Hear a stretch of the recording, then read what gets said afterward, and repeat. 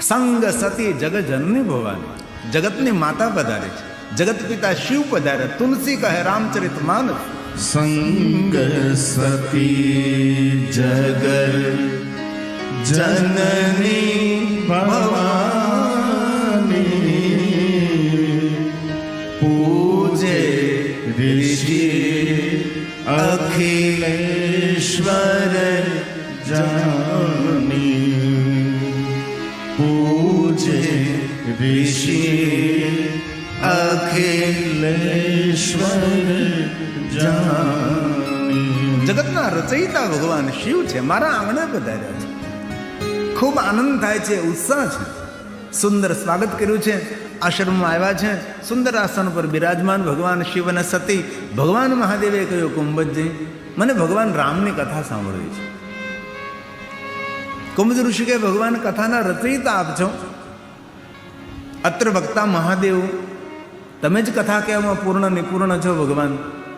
પણ આપ મને જો અવસર આપતા હોય તો મારી વાણીને પવિત્ર કરવા માટે ભગવાન જરૂર હું ભગવાનની કથા કહીશ. અને આપ જેવા કથા સાંભળનાર શ્રેષ્ઠ શ્રોતા મળે તો વક્તાનું મોટું ભાગ્ય છે. અને વક્તાનું એ જ મોટું ભાગ્ય હોય છે, કોઈ સારા શ્રોતાઓ, સમજનાર અને જે કહે તે અનુસરણ કરનારા શ્રોતા મળે છે. એ કથા કહેનાર વક્તાનું મોટું ભાગ્ય છે. અને તમારા સૌની ઉપસ્થિતિ એ મારું ભાગ્ય છે. કથા તો સુંદર સુંદર વક્તાઓ કહી શકે છે, પણ કથા સાંભળનાર જ્યારે એમને યોગ્ય શ્રોતા મળે છે ત્યારે વક્તા હંમેશા ખીલતો રહે છે.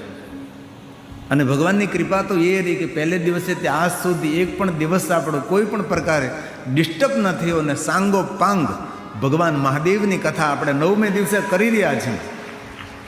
અને એ પણ મને જયેશભાઈને અપેક્ષા નહીં હતી કે આપણે 9મા દિવસે આટલી મોટી સંખ્યામાં ભાઈઓ બહેનો વડીલો તમે ઉપસ્થિત રહેશો. પણ આપ સૌની ઉપસ્થિતિને બહુ હૃદયથી હું પ્રણામ કરું છું, હૃદયથી બિરદાવું છું.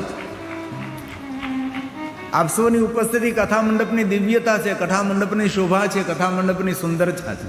અને તમે સૌ ઉપસ્થિતિને કથા મંડપની સુંદરતા જેવી વધારી એવી સુંદરતા મારા મહાદેવજી આપને આપના પરિવારને વધારે એવી શંકર ભગવાનને હૃદયથી હું પ્રાર્થના કરું છું.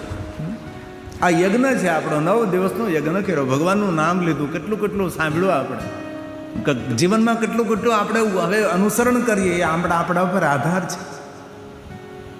કુંભજ ઋષિ કહે છે, પ્રભુ સાંભળો, હું તમને કથા કહું. એક પછી એક પ્રસંગ, એક પછી એક પ્રસંગોનું સુંદર વર્ણન કરવા લાગ્યા છે કુંભજ ઋષિ. અને ભગવાન મહાદેવજી બહુ જ આદર અને ધ્યાનપૂર્વક ભગવાનની કથાનું શ્રવણ કર્યું છે. અને કથાનું શ્રવણ કરતા તુલસીએ કહ્યું છે કે ભગવાન મહાદેવ કહે છે, સુખ નહીં પરમ સુખની અનુભૂતિ થવા લાગે છે. ભગવાનની કથા સુખ ના આપે, પરમ સુખ આપે, જે સુખનો કોઈ વિરામ ન હોય, જે સુખનું કોઈ વર્ણન ન કરી શકે. અને માણસનો સ્વભાવ છે સુખ શોધવા માટે ખોટી જગ્યાએ ભટકી રહ્યો છે. બહુ દુઃખી હોય તો માણસ એ દુઃખમાંથી મુક્ત થવા માટે કોઈ બીડી પીવે, કોઈ બીજું ત્રીજું પીવે. દુઃખને ભૂલવા માટે કોઈ દીવ દમણ ગોવા પહોંચે, ખોટી જગ્યાએ પહોંચે છે. પણ બહુ હૃદયથી કહું છું, જીવનના અસહ્ય દુઃખો હોય, એ દુઃખોને ભૂલવા હોય તો ભગવાનનું ભજન કરું. તમારો ભજન રામ કો પાવે, જન્મ જન્મ કે દુઃખ બિસરાવે. ભગવાનનું ભજન કરવાથી જીવનના દરેક દુઃખો ભૂલાવા લાગે છે. તેથી ખૂબ ભજન કરજો, ખૂબ ભજન કરજો. ધીરે ધીરે ધીરે તમને પોતાને ખ્યાલ આવવા લાગશે કે ભજનનો કોઈ પ્રભાવ પડી રહ્યો છે. આપણા પર આપણી માનસિકતામાં કંઈ અસર થઈ રહી છે. હલતા ચાલતા, બેસતા ઉઠતા, ખાતા પીતા, ઊંઘતા જાગતા, ઘરમાં વનમાં સ્મશાનમાં, કોઈ પણ અવસ્થામાં, પવિત્ર અવસ્થામાં, અપવિત્ર અવસ્થામાં, બિસ્તર પર સૂતા સૂતા, કોઈ પણ સમયે નિરંતર પરમાત્માનું ભજન કરો. જે તમારા ઈષ્ટ ભગવાન હોય, જેને તમે માનતા હો. હું તો મહાદેવની કથા કહું એટલે મહાદેવ માટે જ હું બોલતો રહું. પણ આપણા માટે રામ કાંઈ ઓછા નથી, કૃષ્ણ ભગવાન કંઈ કમ નથી. આપણા માટે દરેક દેવતાઓ આપણા માટે આદરણીય, પૂજ્ય છે, વંદનીય છે. આપને જે ભગવાન ઉપર પ્રેમ હોય એનું નિરંતર સ્મરણ કરો. હંમેશા આપણા જીવનનું કલ્યાણ થશે. આપણે કોઈને આગળ ફરિયાદ નહીં કરવી પડે. તેથી ભગવાનની કથા સુખની પરમ સુખ આપે છે. તુલસી કહે છે, રામચરિત માનસની સુંદર સુંદર ચોપાઈ છે, જગ પ્રસિદ્ધ છે. કથા પ્રેમી લોકોને કંઠસ્થ પણ હોય છે. રામ કથા, રામ કથા મુનિ બરજ બખાન,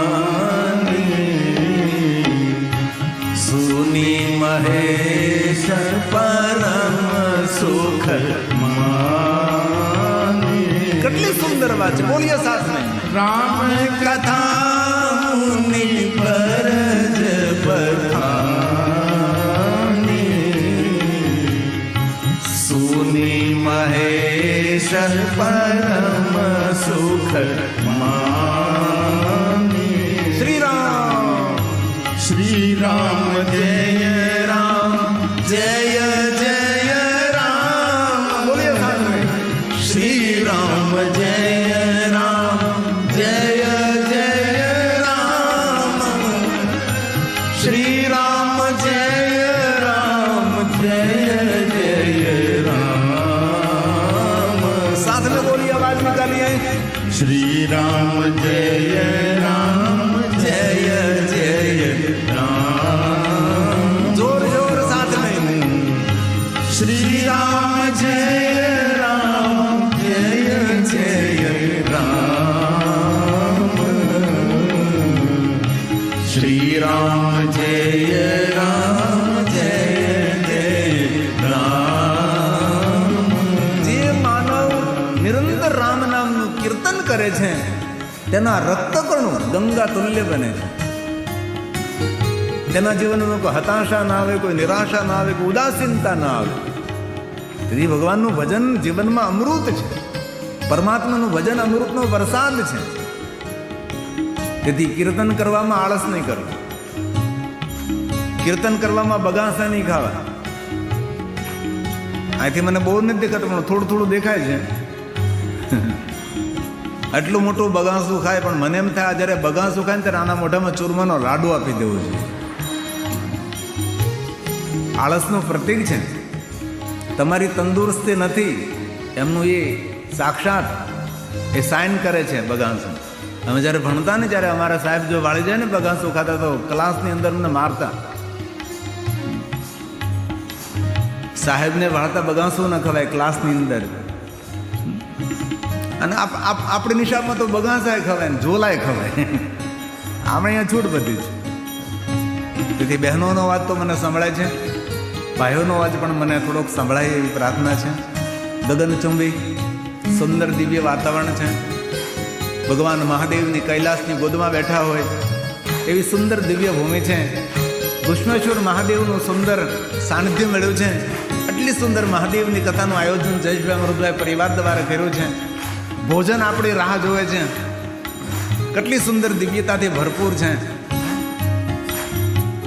તમારી તાલીને ખૂબ હૃદયથી મારા પ્રણામ. તાલમાં તાલમાં પાછું વખાણ કરો એટલે ભાગો નહીં, તમે અમારી સાથે રહો. હે ને आइए भाव से और आदर के साथ श्री राम जय राम जय जय राम बोलिए साथ में श्री राम जय राम जय जय राम आवाज निकालिए. श्री राम जय राम जय जय राम श्री राम जय राम जय जय राम नमः शिवाय नमः शिवाय ओम नमः शिवाय सागर धन्यवाद बेटा. हर हर बोले नमः शिवाय बोलिए साथ में नमः शिवाय ओम नमः शिवाय हर हर बोले नमः शिवाय हर हर बोले नमः शिवाय हर हर बोले नमः शिवाय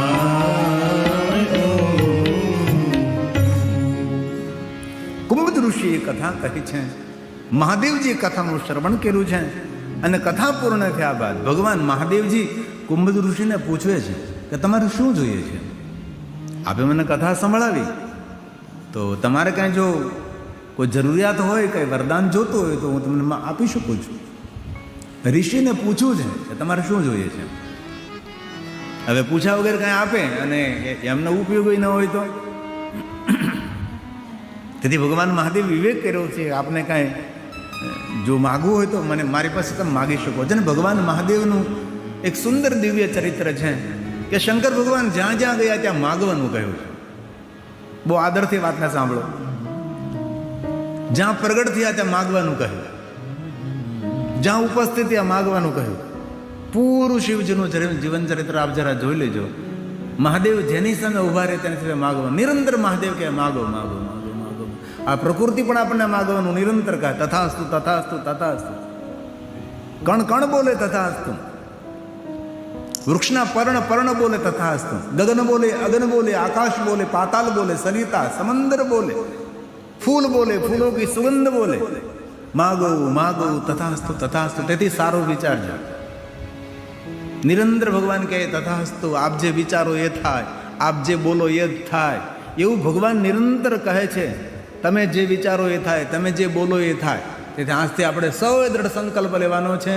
કોઈ નબળો વિચાર નહીં, કોઈ નબળી વાત નહીં, કોઈ નબળો શબ્દ મુખમાં નહીં. અને ભૂલથી ગાળી તો બોલવાની જ નથી, ભૂલથી પણ નહીં બોલવાની. કે દક્ષિણ ગુજરાતમાં ઘણા લોકોને આદત છે વાત વાતમાં ગાળ બોલે, રમતા રમતા ગાળ. ભાઈઓ તો ઠીક છે, બહેનો ઠપકારે.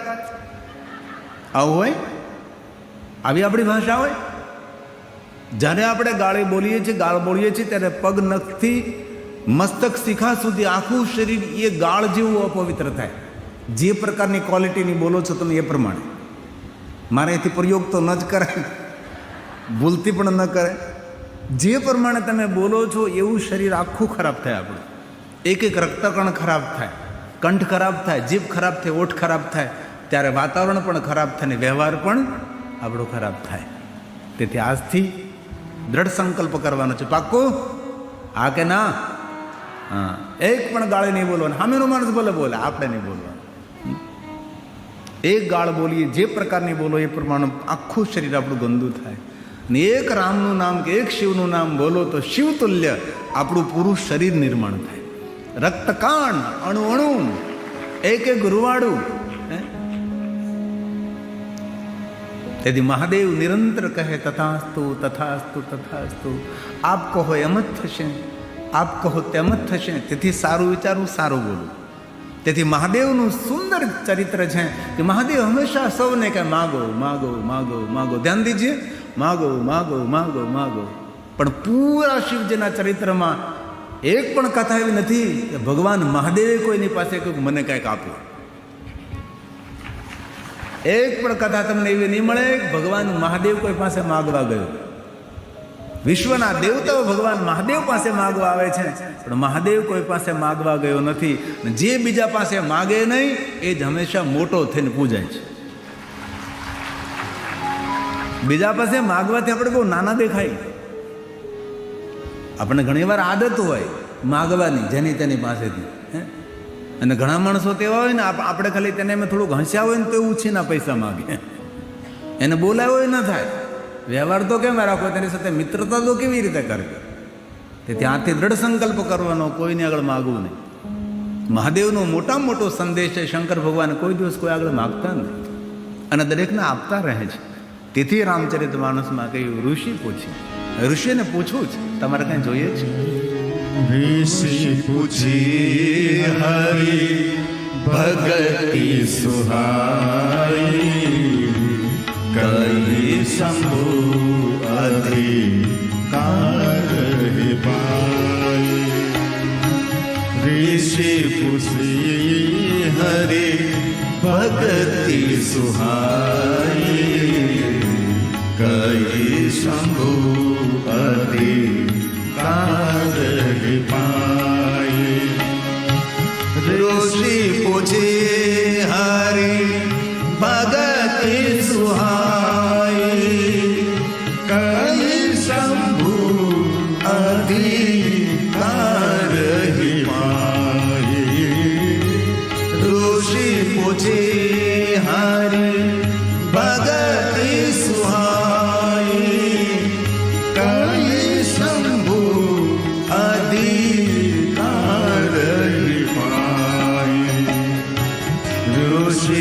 पूछे हरे भगति सुहाए करे शंभु अधिकार पाए कई शंभु अधिकार पाए। કેટલો સુંદર શબ્દ છે. અધિકાર સમજીને ભગવાને ભક્તિ આપી છે. જે બિન અધિકારી છે એને ભગવાનની ભક્તિ ન મળે. આપણે કોઈ પણ સારા કર્મો સત્કર્મો કર્યા છે, આપણું કોઈ પણ પુણ્યનો ઉદય થયો છે ત્યારે ભગવાનની ભક્તિ મળે છે. તેથી કહ્યું કે અધિકાર સમજીને, એ ભક્તિનો અધિકારી છે, કે ભક્તિ ભવ પાર કરે છે. તેથી ભગવાને અધિકાર જોઈને કુંભજ ઋષિને ભક્તિનું દાન આપ્યું છે. અને જેટલા જેટલા ભગવાનના ભક્તો થયા છે તેને ભગવાન પાસેથી ભક્તિ માગે છે. આપણે તો કોઈ ભક્તિ માગતા જ નથી. ભક્તિ એટલે ભગવાનના ચરણોમાં અનુરાગ, બિનશરતી શરણાગતિ, ભગવાનના મહાદેવના ચરણોમાં સંપૂર્ણ સમર્પણ, આને ભક્તિ કહેવાય છે. કોઈ રાવ નહીં, કોઈ ફરિયાદ નહીં, સુખ મળે દુઃખ મળે હંમેશા હસતો રહે છે. કોઈની સામે ન રડે ન રોદડા રોવે, ન આંસુ પાડે. બીજાને સામે જ્યારે આંસુ પાડતા હોય ને ત્યારે બહુ નાના દેખાય આપણે. ભગવાને સુંદર આપણે જીવન આપ્યું છે, શા માટે કોઈને આગળ નાના દેખાવું છે? ત્યાંથી બધાએ દૃઢ સંકલ્પ કરવાનો છે. દુઃખના ડુંગરા તૂટી પડે, ગમે એવડું મોટું દુઃખ હોય, હિમાલય પહાડ જેવડું દુઃખ હોય, અંત તો બરફનું પીગળી જશે, જતું રહેશે. થોડી ધીરજ રાખો, ધૈર્ય રાખો, ભજન વધારો, સ્મરણ વધારો, મૌન રહો, એકાંતમાં રહો, સહન શક્તિ કેળવો. તેથી કોઈ દુઃખમાં ડગમગવાનું નથી. અને જ્યારે દુઃખના દિવસો હોય ત્યારે કોઈની સામે આંસુ પાડવાના નથી. દુઃખની વાતો જેને તેને કહેવાની નથી. એ દુઃખ સહન ન થાય, ભગવાનની આગળ દીપ પ્રજ્વલિત કરીને, અથવા તમારા ગામમાં સુંદર શિવાલય હોય, મહાદેવને કહેવાનું, ભગવાન આજ ગંગા જલનો અભિષેક નહીં કરું, હું તને જલનો અભિષેક નહીં કરું, આજ હું તને મારા આંખના આંસુનો અભિષેક કરીશ. ભગવાન મારી અરજને સાંભળજો. અને ભગવાન મહાદેવ એક દેવ એવા છે, જીવનના દરેક દુઃખોમાંથી શંકરજી મુક્ત કરી શકે છે. કોઈ દુઃખ એવું નથી જે દુઃખમાંથી ભગવાન આપણને ન છોડાવી શકે. ઋષિમુનિઓને કંઈ દુઃખ પડે, મહાદેવની ચરણોમાં બેઠા રહે. દેવતાઓને કાંઈ તકલીફ થાય, દુઃખ પડે, મહાદેવની પાસે જાય. શિવજી દરેકના દુઃખોને દૂર કરનાર છે. અને દુઃખોની અવધિ બહુ લાંબી ન હોય, પણ જ્યારે દુઃખો પડે ત્યારે ભગવાનનું ખૂબ ભજન કરો. જેની તેની પાસે, મારા જેવા પાસે નહીં જવું, દોરા ધાગામાં મોરની પીછી ફેરવવાની નહીં, એ બધું દૂર રહેવાનું છે. આપણે આ દુનિયામાં કોઈ પાસે એવો ચમત્કાર નથી ભાઈ કે ચમત્કારથી તમારા દુઃખને દૂર કરી શકે. કોઈ જગ્યાએ ભટકવાની જરૂર નથી, કોઈ જગ્યાએ ચમત્કારીઓ પાસે જવાની જરૂર નથી. આ પૂરું બ્રહ્માંડ એક ચમત્કાર છે. સૂર્ય ચમત્કાર છે, ચંદ્ર ચમત્કાર છે, આટલો મોટો સમંદર એ ચમત્કાર છે. સુંદર બીજ વાવો છો, અંકુરિત થાય છે, નાનકડો છોડ થાય છે, એમાંથી મોટું વૃક્ષ થાય છે, ફૂલ આવે છે, ફળ આવે છે, ફળમાં રસ આવે છે, આપણને જીવન આપે છે. આનાથી મોટો ચમત્કાર કેવો હોઈ શકે છે? તે કોઈ ચમત્કારીઓ પાસે જવું નહીં. ગામડે ગામડે તમારી રાહ જોઈને બેઠા હોય છે, તમારા મનમાં વહેમ કરી દેશે કે આમ છે ને તેમ છે ને, કાં સગા સંબંધીઓ પ્રત્યે કોઈ અણબનાવ કરી દેશે કે આ તમારા પાડોશી છે ને તેને તમારા ઉપર કંઈ કર્યું છે જાદુ. કોઈના ઉપર જાદુ કરવાથી કાંઈ થતું નથી ભાઈ. આપણા થોડા નબળા કર્મો હોય તો એનું ફળ ક્યારેક મળતું હોય તો આપણે શાંતિથી સહન કરી લેવું. બાકી કોઈ તમને સુખી ન કરી શકે, કોઈ તમને દુઃખી ન કરી શકે. સુખ અને દુઃખ આપણા કર્મોનું ફળ હોય છે. તેથી કોઈ દિવસ કોઈ ચમત્કારની દુનિયામાં જવું નહીં, ચમત્કારોમાં પડવું નહીં, તેવી હૃદયની પ્રાર્થના છે.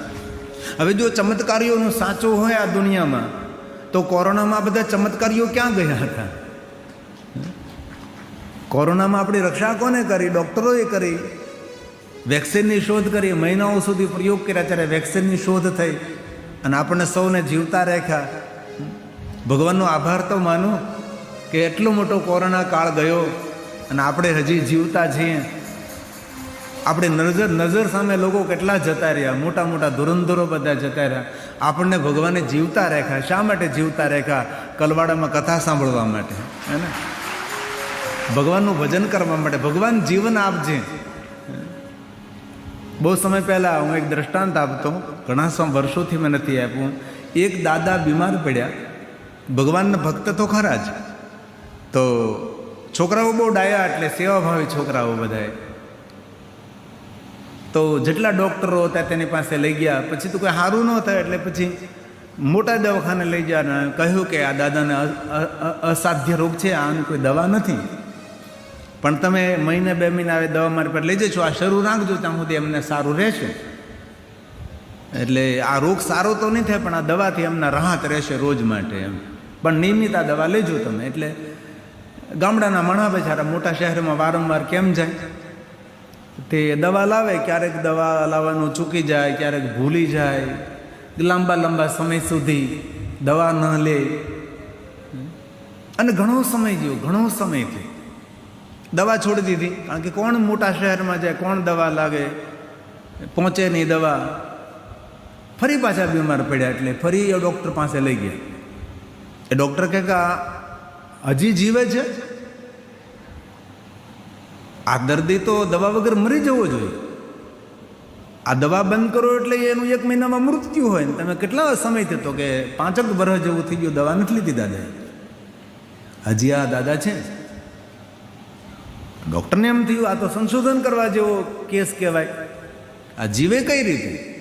છોકરાઓને પૂછ્યું કે દાદા બીજી કોઈ ઔષધિ, કોઈ દવા એના બદલામાં કોઈ લેતા? તો છોકરાઓ કંઈ નહીં, અમને કંઈ ખબર નથી, દવા તો કંઈ દાદા લેતા હતા. અમારી બાને પૂછો, કદાચ બાને, અમારી માને ખબર હોય કે અમારા બાપા કંઈ દવા લેતા હોય.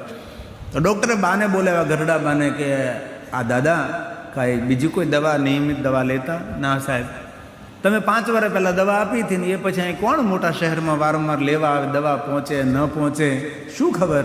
આમનામ 5 વર્ષ નીકળી જાય કે દવા કંઈ લીધી નથી.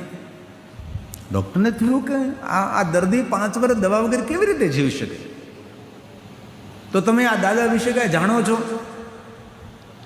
આ ડૉક્ટર સાહેબ સવારથી સાંજ સુધી, સાંજથી સવાર સુધી હું દાદાની સાથે જ રહું છું.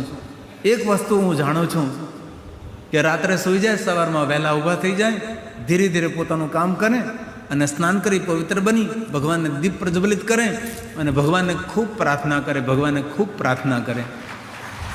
અને એટલા ભગવાનની સામે રડે કે ભગવાન મને આજનો દિવસ આપજો, મારે તારું ભજન કરવું છે, મને આજનો દિવસ આપજો, મારે તારું ભજન કરવું છે.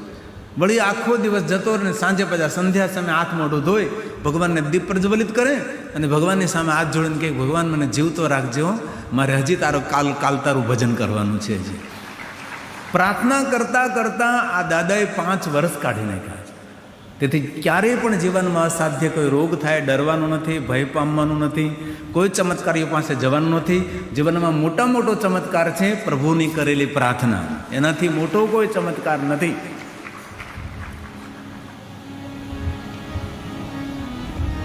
અધિકાર સમજીને ભગવાને ભક્તિ આપી છે. થોડા દિવસો માટે ભગવાનને રોકાણ કર્યું છે. શા માટે? કારણ કે સાધુ પુરુષ, સજ્જન પુરુષની સાથે રહેવાથી ઘણું બધું શીખવા મળે, ઘણું બધું જાણવા મળે. થોડા દિવસો માટે ભગવાન શિવ ત્યાં રોકાણા છે. કહત સુનત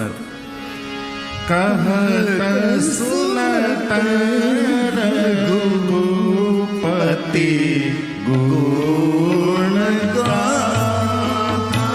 વાર્તાલાપ કર્યો, સંવાદ કર્યો. કહત સુનત રઘુપતિ ગુણ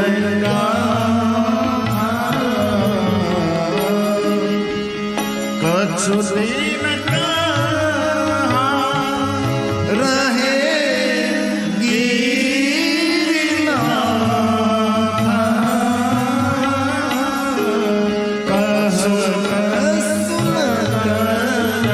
મહાદેવનું નામ છે ગિરનાર. કચ્છુ દિન કહા રહે ગિરનાર. શિવજીનું નામ છે ગિરનાર. અમે દેવસરમાં ગિરનાથ મહાદેવનું શિવાલય બનાવ્યું. અમારા દેવસરથી અશોકભાઈ આવેલા છે, અશોક પટેલ. એનો છોકરો લંડનમાં છે. એમને તો પ્રતિજ્ઞા લીધી છે ને 2019માં ને 2029માં. એ માણસ અત્યારથી ધીમે ધીમે પૈસા ભેગા કરે છે. બાપુ 29 તો 2030માં ભવ્યાતીત ભવ્ય અમારે દેવસરમાં મહાદેવની કથાનું આયોજન કરવું છે. મને લંડનમાં મળ્યો હતો, તમને યાદ કર્યા હતા. વર્ષો પહેલાં કથા કરી હતી. વિશ્વકર જેવું થયું છે, ક્યાંક વધારે થયું છે, બહુ વર્ષો થઈ ગયા. દેવસરમાં, બિલીમોરણ બાજુમાં દેવસર છે. અને કથા નિમિત્તે અમે એક સુંદર શિવાલયનો પાયો નાખ્યો હતો. અને દેવસરમાં ગિરનાથ મહાદેવનું શિવાલય છે. ગિરનાથ મહાદેવ પહેલું શિવાલય ગિરનાથ મહાદેવમાં વંકાલમાં બનેલું. પહેલું યોગદાન હું શરૂ કરું અને પછી ધીમે ધીમે સૌ બધું આપે. અને ત્યારે એટલી બધી મોંઘાઈ નહીં હતી. 60 રૂપિયાની થેલી સિમેન્ટ આવતી. કેમ 60 રૂપિયાની થેલી સિમેન્ટ એ સમયે? એટલે અત્યારે કેટલા 250 કે ખબર નહીં સિમેન્ટના કેટલા હોય અત્યારે. એ સમયે 60 રૂપિયા હતા. કોન્ટ્રાક્ટરોને ખબર હોય શું ભાવ છે, આપણને ત્યાં ખબર ન હોય. હે કેટલા? 325. આટલા બધા હોય, ઓછા રાખો. એક થેલી સિમેન્ટના 325. નાના માણસો કેમ ઘર બનાવી શકે? અને પછી જસપુરમાં કથા અમે કરેલી. ત્યાં પણ અમે પ્રારંભ કર્યો કે તમારા ગામમાં શિવાલય છે કે નથી. જે ગામમાં હું કથા કરવા જતો ને એ ગામમાં શિવાલય ન હોય તો મારાથી હું શરૂઆત કરતો અને ગામના સૌને ભેગા કરી અને એ ગામમાં શિવાલય નિર્માણ કરીને અમે આવતા હતા. જસપુરમાં પણ ગિરનાથ મહાદેવનું શિવાલય છે. આપણું જસપર જ ને, બરાબર છે ને? ગિરનાથ મહાદેવ એટલે શિવજીનું નામ છે. આ રામચરિત માનસની ચોપાઈ છે.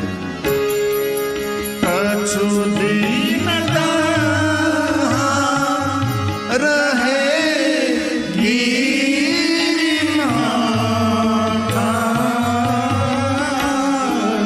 કછુદીન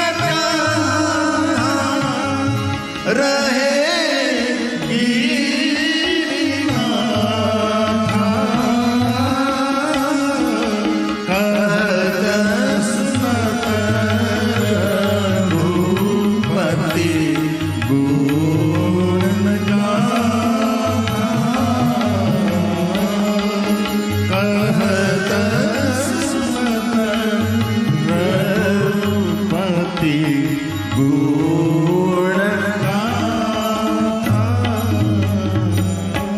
કોઈને પણ મળો, સારી વાત સંભળાવો. ભલે આપણે કોઈને બીજું કોઈ દાન સેવા ન કરી શકીએ, પણ આપણા જીવન માર્ગમાં જે મળે તેને સરસ સરસ મજાની વાતો સંભળાવો. એનું મન પ્રફુલ્લિત, આહલાદિત થઈ જાય. તેને આશ્વાસન આપો, તેને હિંમત આપો જીવવાની. કોઈ દિવસ કોઈની એવી વાત નહીં કરવી તેનું ચિત્ત મન ડામાડોળ થઈ જાય. એ માણસ વાત સાંભળીને ડિસ્ટર્બ થાય, ભયભીત થઈ જાય. નહીં એવી મધુર વાત કરો. અધરમ મધુરમ, તમારા મુખમાંથી મધુર પ્રગટ થવું છે, મધ પ્રગટ થવું એવી. અંતે તો ભગવાન મહાદેવ કહે છે, કુંભજ અમે હવે યાત્રાનો પ્રારંભ કરીએ. અને કુંભજ ઋષિએ રડતી આંખે ભગવાન મહાદેવજીને વિદાય આપી છે. આટલા દિવસોથી, ઘણા સમયથી સ્વયં શિવજી રોકાતા હોય અને કેટલો આનંદ, વાર્તાલાપ થાય, સંવાદ થાય. અને પછી એ મહાદેવજી જ્યારે આશ્રમ છોડીને જાય છે, આ ભારતનો સાધુ રડી પડે છે. કોઈ સારા માણસને છોડીએ ત્યારે દુઃખ થાય, સારો સંગ છોડીએ ત્યારે દુઃખ થાય. અમને પણ જ્યારે 9 દિવસ કોઈ જગ્યાએ એકદમ હેત પ્રેમથી કથા કહી હોય, જ્યારે કથા પૂર્ણ થાય ત્યારે અમને પણ એમ થાય કે આ બધાને છોડીને અમારે જતું રહેવાનું છે. ફરી પાછા કોણ ક્યારે મળે એ ખબર ન હોય. હવે તો ઠીક છે, સારું છે કે ભાઈ વર્ષે 2 વર્ષે આ બાજુ કથા થાય અને સૌને મળવાનું થાય. બાકી તો દૂર કથા બધી જોવે છે. એક સ્વાભાવિક છે, મળવાનો આનંદ થાય અને વિખૂટા પડવાનું એક અંદરથી દર્દ પણ હોય છે. તેથી રામચરિત માનસ તુલસીએ લખ્યું છે, મુનિ સન પીતા માગી ત્રિપુરારી. મુનિ સન પીતા માગી ત્રિપુરારી.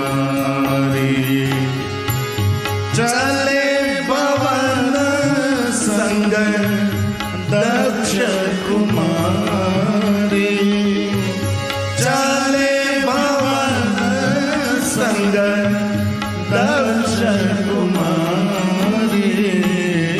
મુનિ સન પીતા માગી ત્રિપુરારી. મુનિ સન પીતા માગી ત્રિપુરારી. મુનિ સન પીતા માગી ત્રિપુરારે ચલે પવન સંગ દક્ષ કુમાર. શિવ અને સતી દૂર દૂર જાય ત્યાં સુધી સાધુ આમ આંખનો મટકો પણ ન મારે, પલક ન ઝબકાવે. એ રીતે સાધુ જોતો રહ્યો. અનેક પ્રકારના વરદાનો આપ્યા છે અને ભગવાન શિવ અને સતીએ પોતાનું વિચરણ શરૂ કર્યું છે. વનમાં જંગલ યાત્રા કરી રહ્યા હતા અને સામેથી એક યુવક, એમની સાથે એનાથી નાનું યુવક, સુંદર દિવ્ય રૂપ આવી રહ્યું છે. ભગવાન મહાદેવે જોયું અને એ સમયે ભગવાન મહાદેવ જય જયકાર કરવા લાગ્યા. અરે, જેમની કથાનું શ્રવણ કર્યું એ જ મારી સામે. ભગવાન રામજી વનમાં વિચરણ કરી રહ્યા છે. રામ અને લક્ષ્મણજી આવી રહ્યા છે. મહાદેવજી જય જયકાર કરવા લાગે છે કે ભગવાન આપની કથાનું શ્રવણ કરી અને આપનું દર્શન થયું. અને બહુ હૃદયથી કહું છું, જેને બહુ ભક્તિ ભાવથી, બહુ હૃદયથી અને અનહદ શ્રદ્ધા અને ભરોસા અને વિશ્વાસ સાથે જેને જેને કથાનું શ્રવણ કર્યું છે ને, એને કોઈને કોઈ રીતે ભગવાનની ઝાંખી થાય ને થાય.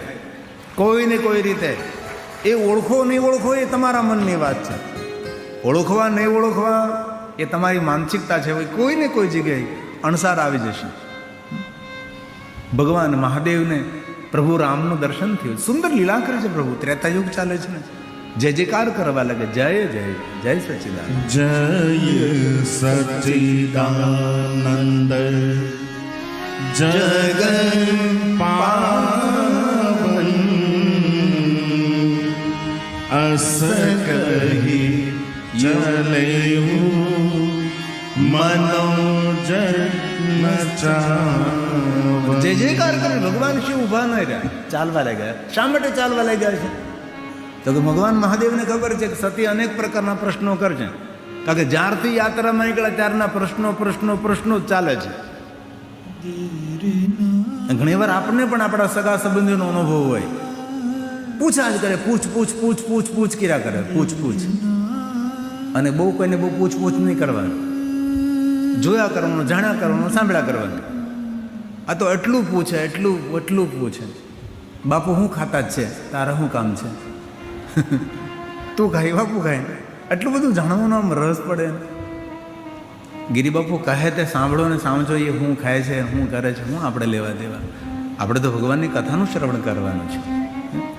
કથામાં જે કહેવાનું છે એ હૃદયની તિજોરીમાં સંઘરી રાખવાનું છે. ભીડ પડે એ વાતો બધી કામમાં આવે છે. કથામાં ત્યાં સાંભળ્યું તો હવે આ ખરેખર આ વાતનું અનુસરણ કરવું જોઈએ આપણે. હે ને? સતીએ પ્રશ્ન કર્યો કે આ કોણ છે? ભગવાન મહાદેવે સમજાવવાનો પ્રયાસ કર્યો, પણ સતીની મુખની રેખા ઉપરથી ભગવાન મહાદેવને ખબર પડી ગઈ કે સતી મારી વાત ઉપર ભરોસો નથી રાખતા, વિશ્વાસ નથી રાખતા. એક વાત કહું, વાત કહેવી એ તો કલા છે જ, પણ વાત સાંભળવી એના કરતાં મોટી કલા છે. કોઈની વાત સાંભળો ને તો આમ બહુ આદરથી સાંભળો, એની સામે ધ્યાન રાખીને સાંભળો. જો સાંભળવું હોય તો જ એકદમ આદર સાથે વાત સાંભળો. અને કોઈ પણ વાત કરો તો એની વચ્ચે કોઈ વાત કરવી નહીં. વિદેશી લોકોની આદત હોય, કોઈ વાત કરતો ને વચ્ચે કંઈ સોરી કહીને એમની વાત અધૂરી રાખીને પછી પોતાની વાત કરે.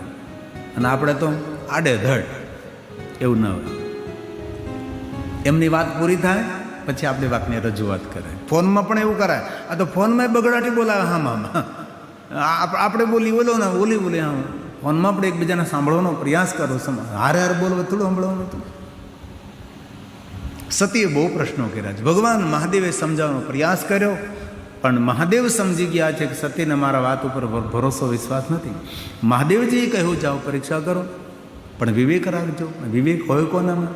જેનામાં ભરપૂર સત્સંગ હોય છે. બેનું સત્સંગ વિવેક ન હોય, રામ કૃપા બેનું સુલભ ના સોઈ. સત્સંગ અન્ય સ્થાનોથી ન મળે. સત્સંગ હંમેશા કથામાંથી મળે, ભગવાનના સત્સંગમાંથી મળે, ધર્મ ગ્રંથોમાંથી મળે છે, સાધુ પુરુષોના સંગમાંથી આપણને વિવેક મળે છે. અને જો આપણા જીવનમાં ભરપૂર વિવેક હશે તો દુનિયામાં કોઈ ક્ષેત્રમાં આપણે પાછળ નહીં રહીએ. કોઈ પણ ક્ષેત્ર હોય એની અંદર હંમેશા તમે સફળ થશો. અને જીવનને સુખરૂપ જીવવું હોય તો ખાણીનો વિવેક, ખાવામાં વિવેક રાખવાનો, પીણીનો વિવેક રાખવાનો, ફ્રીજનું ઠંડુ પાણી પણ નહીં પીવાનું. ઠંડા પીણાની વાત તો એક બાજુ જ રહે. ઠંડા પીણા પાચન શક્તિને એકદમ તદ્દન ડેમેજ કરે છે. ફ્રીજનું ઠંડુ પાણી પણ પોઈઝન, જહેર કહેવાય. તેથી ખૂબ સાવધાની રાખવી. આપણે ડીઝલની ગાડીમાં પેટ્રોલ નથી નાખતા, ને પેટ્રોલની ગાડીમાં ડીઝલ નથી નાખતા, તો પણ ગાડી ચાલતી નથી. તો આ ગાડી કોઈને કોઈ રીતે ચલાવવાની છે, તો આપણે વિવેક તો રાખવો પડે ને ખાવામાં. જે તે સમયે નહીં ખાવાનું. આપના આરોગ્યનું આપ ધ્યાન રાખો, કારણ કે વર્તમાનમાં આરોગ્ય સૌનું બગડેલું છે. કોઈને કોઈ રીતે કોઈ પીડિત છે. 25-30 વર્ષના 35 વર્ષના દીકરા દીકરાઓની એસિડિટી થાય, શરમ આવવી જોઈએ. ગેસ થાય, શરમ આવવી જોઈએ. આ ઉંમરે 25, 30, 35, 40 વર્ષની ઉંમરે, 50 વર્ષની ઉંમરે તો પાણા ખાવ ને તો પચી જવા જોઈએ. એવું આરોગ્ય હોવું જોઈએ. અને બદલે નાની ઉંમરમાં તમને આવું બધું થવા લાગ્યું. નાની ઉંમરમાં ડાયાબિટીસ થઈ જાય, એન્ઝાયટી થાય, હતાશા, નિરાશા થાય, ઉદાસીનતા થાય, તણાવગ્રસ્ત જીવન. અને એક વાત ખૂબ યાદ રાખજો, સવારમાં બહુ ગરમ પાણીથી નહીં નાહવાનું. ખાલી આમ હુંફાળું પાણી હોય, થોડું આમ ઠંડી જાય એટલે એવા પાણીથી નાહવાનું. બહુ ગરમ પાણીથી નાહવાથી માણસ ધીરે ધીરે હતાશ થઈ જાય, નિરાશ થઈ જાય. એટલે અતિશય ગરમ પાણી, ધુમાડા નીકળે એવા પાણીથી નહીં નાહવાનું. ખાસ ધ્યાન રાખવાનું. અને જ્યારે નાવ ત્યારે નખમાં કોઈ જગ્યાએ સાબુ ન રહે તેની કાળજી રાખજો. એનાથી પણ એન્ઝાયટી થાય. આ બધું ભણ્યો છું એના ઉપર. આપણે સરખી રીતે નખ સાફ ન કરીએ, તેની અંદર સાબુ રહી જાય, પગની આંગળીઓની વચ્ચે સાબુ રહી જાય, તો એ બહુ જ નુકસાન કરે. અને તમારા વાસણ ધોવો છો, એ વાસણની અંદર જે કેમિકલ છે એ પણ શરીરને બહુ નુકસાન કરે. તે પણ વાસણ ધોવામાં ખૂબ કાળજી રાખજો, ખાસ ધ્યાન રાખજો. હંમેશા દરેક વસ્તુથી આપણી સાવધાની હોવી જોઈએ. ભગવાને કહ્યું કે વિવેક રાખજો, પણ વિવેક કોનામાં હોય ભાઈ? સત્સંગ હોય તો. સતી ગઈ છે સીતાનું રૂપ લઈ, અને પછી તો ભગવાન રામ અને સતીનો સુંદર સંવાદ છે. શિવ મહાપુર ગ્રંથમાં મેં બધું જ કાઢી રાખ્યું છે, પણ અવસર આવતા એ સુંદર સંવાદનો વાર્તાલાપ કરવો છે. કે સતીએ કેટલા પ્રશ્નો પૂછ્યા રામજીને, રામજી તેનું નિવારણ કેવી રીતે કર્યું છે. અને પછી તો પ્રણામ કરીને આવે છે મહાદેવની પાસે, ને મહાદેવે પૂછ્યું કે તમે પરીક્ષા કરી? તો આજે સતી જૂઠું બોલે છે.